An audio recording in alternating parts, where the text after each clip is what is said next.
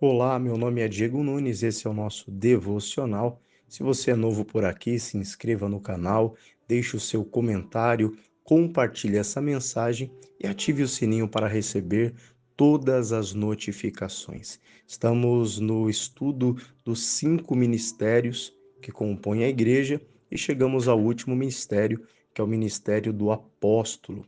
E para que possamos entender melhor esse ministério que ficou por último, não à toa, ele é um ministério que divide opiniões. De um lado, aqueles que acreditam que nos dias de hoje existe ainda esse ministério em atuação com a mesma importância daqueles apóstolos genuínos que andaram com Jesus, e há aqueles que dizem que não, que o apóstolo Paulo foi o 13º e último apóstolo de Cristo aí de forma genuína. Para que a gente possa entender isso, vamos ao texto onde tudo isso aqui começou. Efésios capítulo 4, versículo 11.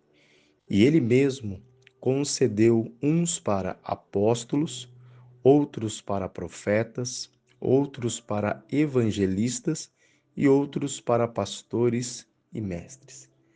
Então nós conseguimos entender aqui que aqueles que chegam até esse texto de Efésios entendem que se existe profeta, que se existe evangelista, pastores e mestres, por que não existir também o ministério de apóstolos nos dias de hoje?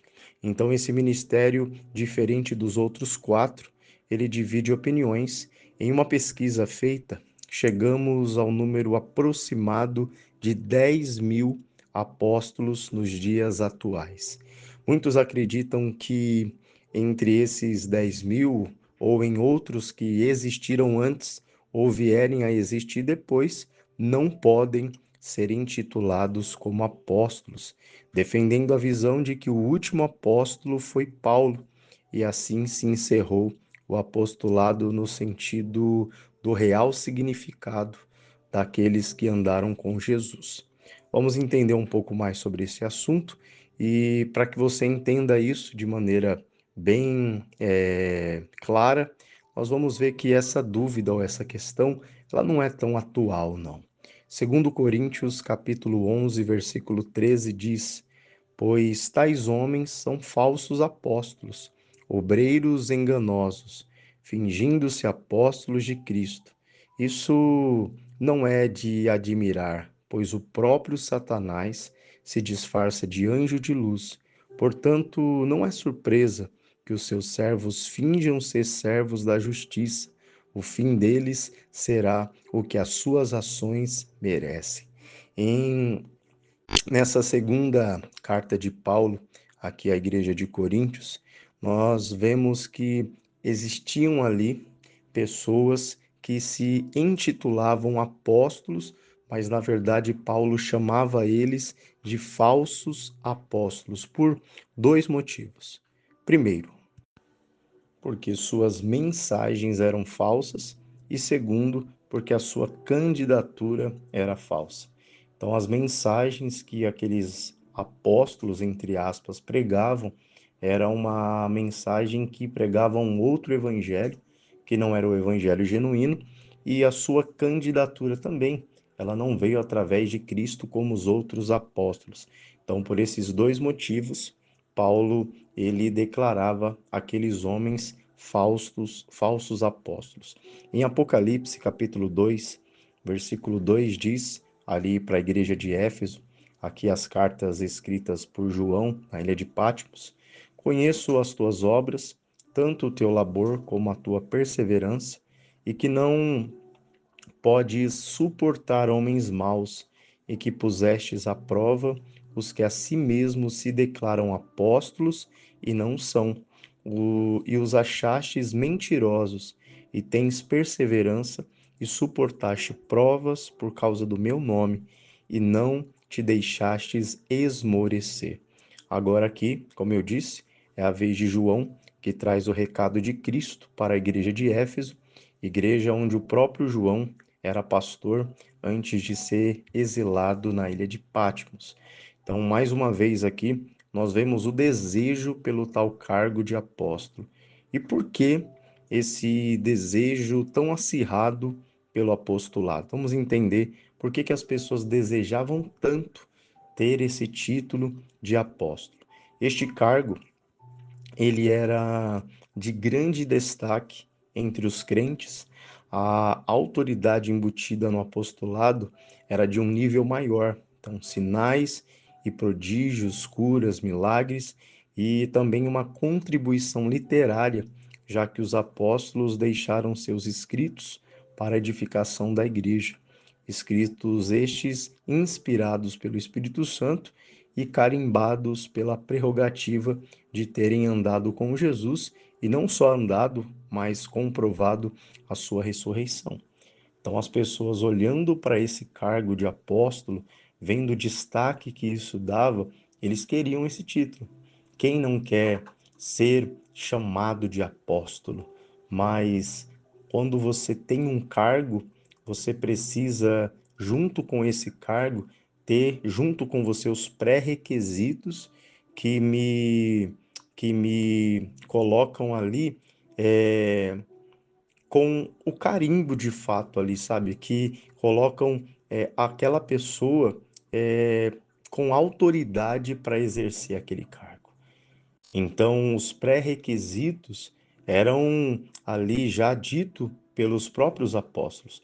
A pessoa precisa ter andado com Cristo, ela precisaria ter visto Cristo ressuscitar, então não era qualquer pessoa, por mais crente que fosse, por mais fé que tivesse, que poderia chegar e se intitular ou ser intitulado por alguém como um apóstolo, já que o significado da palavra apóstolo é enviado, enviado por Deus. Então, o apóstolo era aquele que era escolhido pelo próprio Cristo para poder ser um embaixador aqui de Deus nessa terra. E no livro de Atos, para você entender bem isso, no livro de Atos, no capítulo 1, versículo 15, nós vemos a escolha de Matias para compor a 12ª cadeira que fora desocupada por Judas por conta da sua queda. Então, os 11 apóstolos, liderados por Pedro, oram ao Senhor para que tal escolha tenha a aprovação de Deus. E Matias, e ali na ocasião Matias e Bersebas, concorriam a essa vaga, e ali eles oraram, e Matias foi escolhido como 12º apóstolo. Por isso que ali nós vemos que as 12 cadeiras precisavam estar completas, já que há uma promessa do Senhor de que haverá essas 12 cadeiras para que os apóstolos se assentem nela nos céus. Então você vê que há uma honra dada por Cristo àqueles que lançaram a base da igreja.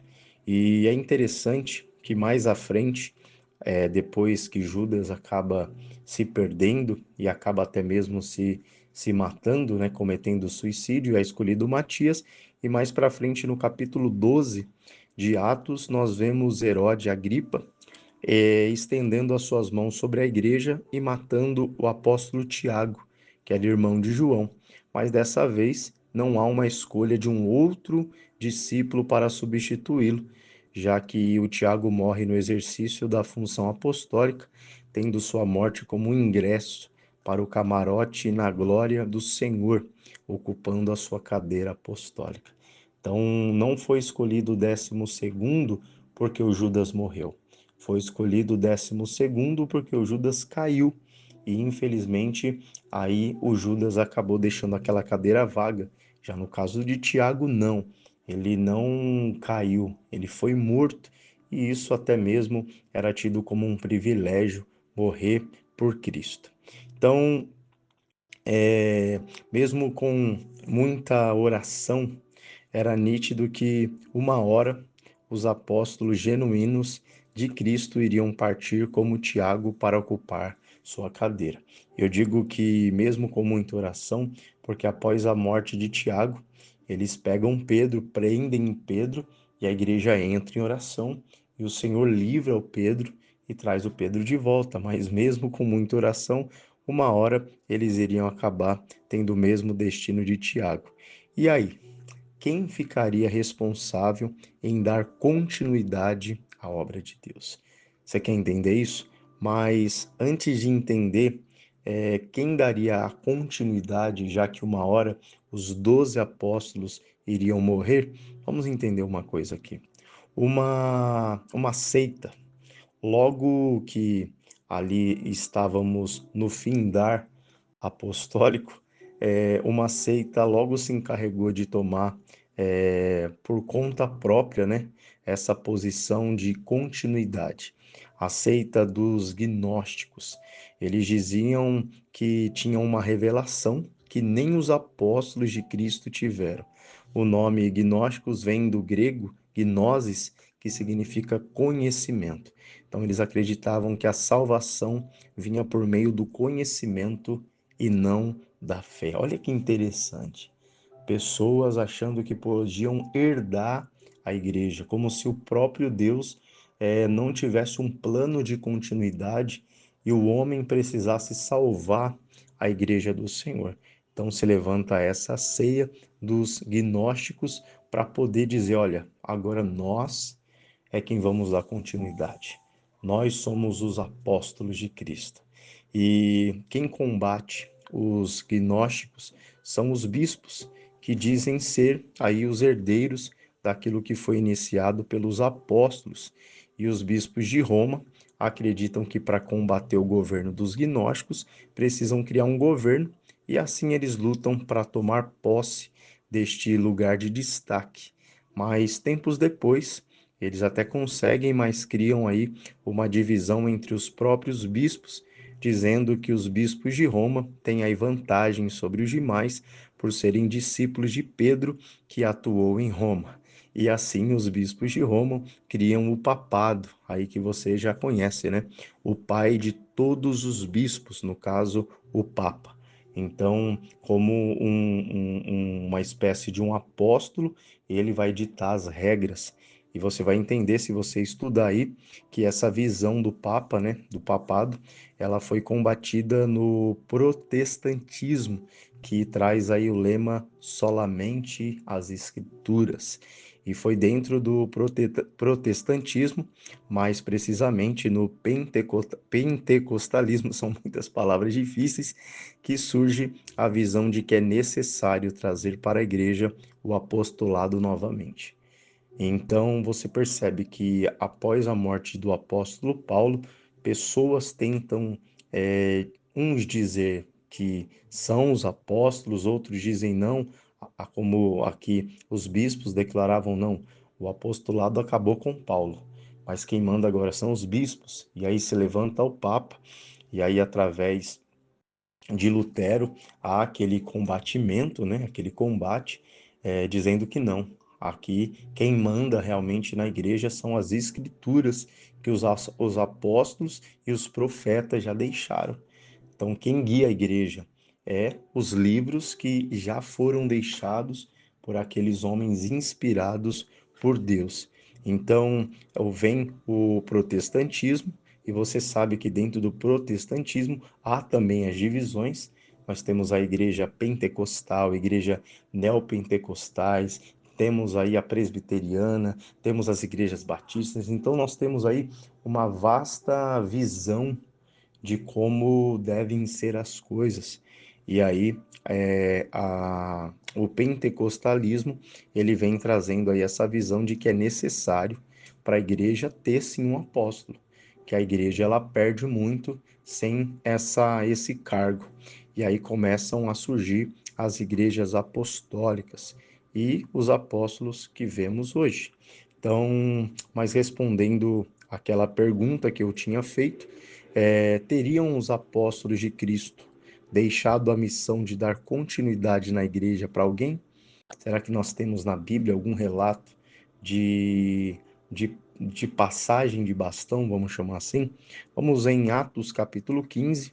Se você pegar a sua Bíblia aí, nós vemos uma discussão que surge na igreja com o tema circuncisão. Para isso foi levantado um concílio, e ali os apóstolos e presbíteros são convocados para que juntos eles resolvam a tal questão. Então, a continuação da igreja é dada através da vida dos presbíteros, que no caso seriam os pastores, que não exercem a função de criar doutrina, mas a de organizar a igreja dentro das regras que o Senhor já deu para quem? Para os apóstolos. Então, os apóstolos não só abriram igrejas, mas lançaram fundamentos. Então, foram inspirados pelo Espírito Santo, como Paulo também diz que carrega em seu corpo a marca do apostolado. Então, você vai comparar hoje um apóstolo de hoje em dia com o apóstolo Paulo ou os outros apóstolos que carregaram no seu corpo a marca do apostolado. E essa marca não era prosperidade, não era sucesso, não era fama, mas as marcas eram realmente cicatrizes de apanhar, perseguições, prisões. Então, para a gente poder finalizar aqui, gostaria que você fizesse uma análise, perseguições, angústias, e aí, com base nessas informações, queria que você refletisse se podemos dar aos apóstolos atuais a mesma prerrogativa dos apóstolos genuínos. Então, o apóstolo de Cristo foram aqueles que lançaram a essa base que nós temos hoje aí, livros de Atos, as cartas de Paulo, livros de Tiago, tantos livros aí do Novo Testamento, para que hoje nós não precisássemos criar nada de diferente, simplesmente pegar esse material e organizar a Igreja de Cristo. Deus te abençoe, espero que você tenha ouvido com muita atenção e que Deus possa ter te abençoado com o conhecimento. Fique com Deus e até o próximo devocional.